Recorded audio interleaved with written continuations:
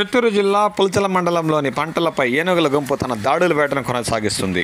మండలంలోని పాళ్లెం పంచాయతీలో శుక్రవారం రాత్రి ఏనుగుల గుంపు సంచరించి టమోటా, కొబ్బరి, మామిడి తదితర పంటలను ధ్వంసం చేసినట్లు రైతులు తెలిపారు.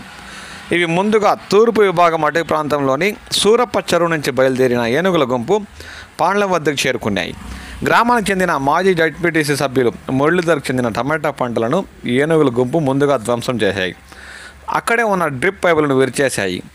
రైతులు సోమశేఖర్, చంద్రాకు చెందిన మామిడి చెట్ల కొమ్మలను ఏనుగుల గుంపు ధ్వంసం చేసినట్లు స్థానిక రైతులు ఆందోళన చెందుతున్నారు.